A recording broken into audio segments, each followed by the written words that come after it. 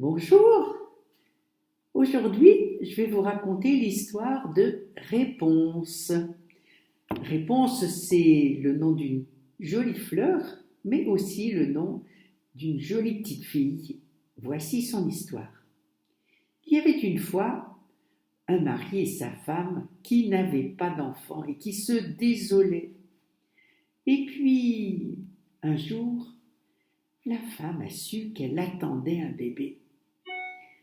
Et elle a eu tout d'un coup envie de justement ce qu'elle n'avait pas chez elle, mais qui était chez la voisine.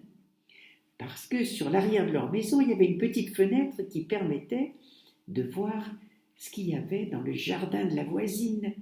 Et la voisine, malheureusement, c'était une sorcière, douée d'un grand pouvoir, et tout le monde la craignait. Un jour donc, que la femme se tenait à sa fenêtre, elle admirait le jardin, elle vit des réponses, avec des feuilles si vertes, si luisantes, si appétissantes, que l'eau lui en vint à la bouche, elle avait envie d'en manger en salade. Cette envie ne faisait que grandir tous les jours, mais elle savait qu'elle ne pourrait pas les avoir, puisque c'était chez cette méchante sorcière. Mais elle commença à dépérir, parce qu'elle avait trop envie. Son mari lui dit « Mais ma chère femme, que se passe-t-il ?»« Oh, je vais mourir si je ne peux pas manger des réponses qui sont dans le jardin chez la voisine. »« Mais plutôt que de la laisser mourir, je vais aller lui chercher ses réponses, dit le mari.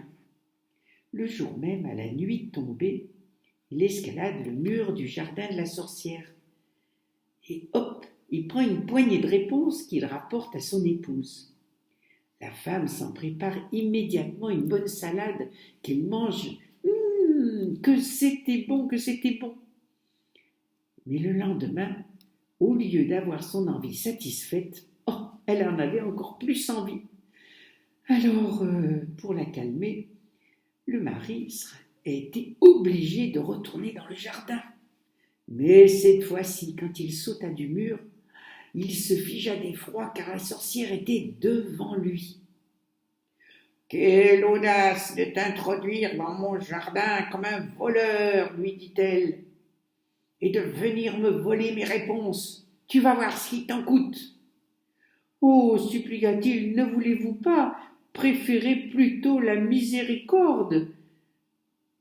C'est obligé, je suis venue. Ma femme a vu vos réponses et elle a été prise d'une telle envie d'en manger qu'elle serait morte si elle n'en avait pas eu. » La sorcière fit taire sa fureur et lui dit « Si c'est comme tu le prétends, je veux bien te permettre d'emporter autant de réponses que tu voudras, mais à une condition, c'est que tu me donnes l'enfant que ta femme va mettre au monde. » Le mari, dans sa terreur, accepta tout sans discuter.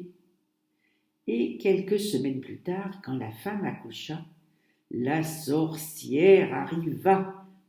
Elle prit l'enfant, l'emporta et lui donna le nom de Réponse. Réponse grandit, devint la plus belle enfant qui fut sous le soleil. Lorsqu'elle eut ses 12 ans, la sorcière l'enferma dans une tour qui se dressait sans escalier ni porte, au milieu d'une forêt.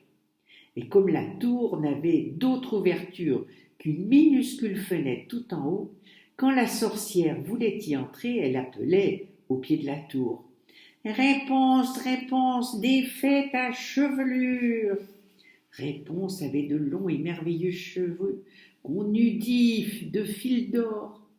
En entendant la voix de la sorcière, elle défaisait sa coiffure et laissait dérouler jusqu'en bas, à 20 mètres en dessous, si bien que la sorcière pouvait se hisser et entrer dans la tour.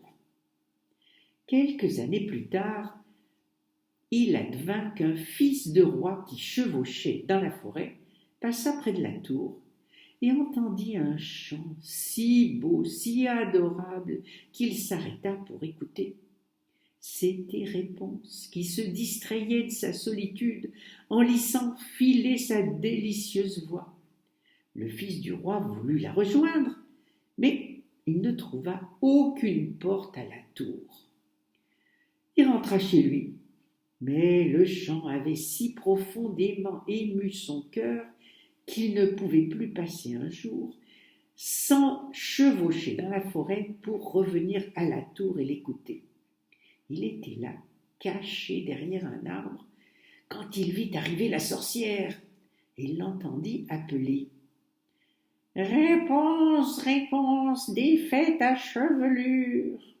Alors Réponse laissa se dérouler ses nattes et la sorcière grimpa. « Ouh, si c'est là l'escalier par lequel on monte, je veux aussi tenter ma chance, » se dit le prince. Et le lendemain, comme la lumière déclinait, il alla au pied de la tour et appela. « Réponse, Réponse, défais ta chevelure !» Les nattes se déroulèrent aussitôt et le fils du roi monta. Réponse fut épouvantée en voyant un homme chez elle, un homme comme elle n'en avait jamais vu. Mais il se mit à lui parler gentiment, à lui raconter combien son cœur avait été touché quand il l'avait entendu chanter et qu'il ne pouvait plus trouver de repos depuis. Alors Réponse n'eut plus peur, et quand il lui demanda si elle voulait de lui comme mari, voyant qu'il était jeune et beau, elle pensa « Celui-ci m'aimera sûrement mieux que ma vieille mère marraine. » Et elle répondit qu'elle voulait bien, en mettant sa main dans la sienne. Elle ajouta aussitôt « Je voudrais bien partir avec toi, mais je ne saurais pas comment descendre. Si tu viens, alors apporte-moi chaque fois un cordon de soie. J'en ferai une échelle et quand elle sera finie, je descendrai et tu m'emporteras sur ton cheval. » Ils convinrent que d'ici là, ils viendraient la voir tous les soirs, puisque pendant la journée venait la vieille.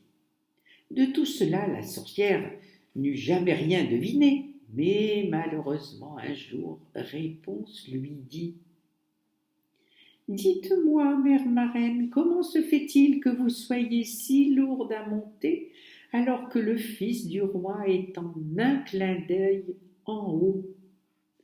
« Ah, scélérate, qu'est-ce que j'entends, moi qui croyais t'avoir isolé du monde entier, tu t'es bien moqué de moi !»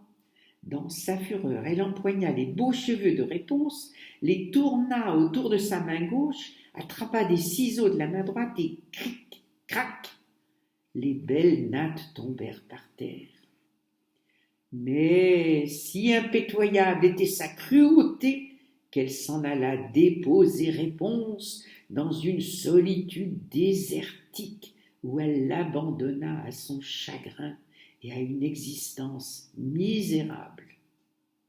Ce même jour encore, elle revint attacher solidement les nattes à la fenêtre, et vers le soir, quand le fils du roi arriva et appela « Réponse, Réponse, défais ta chevelure !» La sorcière laissa se dérouler les nattes jusqu'en bas. Le fils du roi y monta, mais ce ne fut pas sa bien-aimée Réponse qu'il trouva en haut, mais la vieille sorcière qui le fixait d'un regard féroce. « Ha ha ha ha, tu viens chercher la dame de ton cœur, mais elle n'est plus là.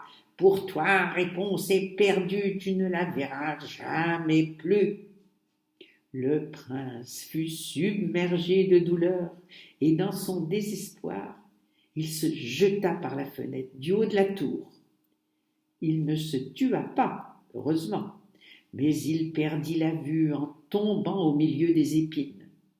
Et il erra, aveugle, dans la forêt, se nourrissant de fruits sauvages et de racines, pleurant et se lamentant sans cesse sur la perte de sa bien-aimée. Le malheureux erra ainsi pendant quelques années, aveugle et misérable, jusqu'au jour où ses pas l'amenèrent là où Réponse vivait dans une grande pauvreté, avec 2 jumeaux qu'elle avait mis au monde, un garçon et une fille. Il entendit une voix qu'il crut reconnaître et marcha dans sa direction. Réponse le reconnut alors et lui sauta au cou en pleurant. Deux de ses larmes ayant touché ses yeux, le fils du roi recouvra complètement la vue. Il ramena sa bien-aimée dans son royaume, où ils furent accueillis avec des transports de joie et désormais vécurent de longues années de bonheur. Au revoir, à bientôt.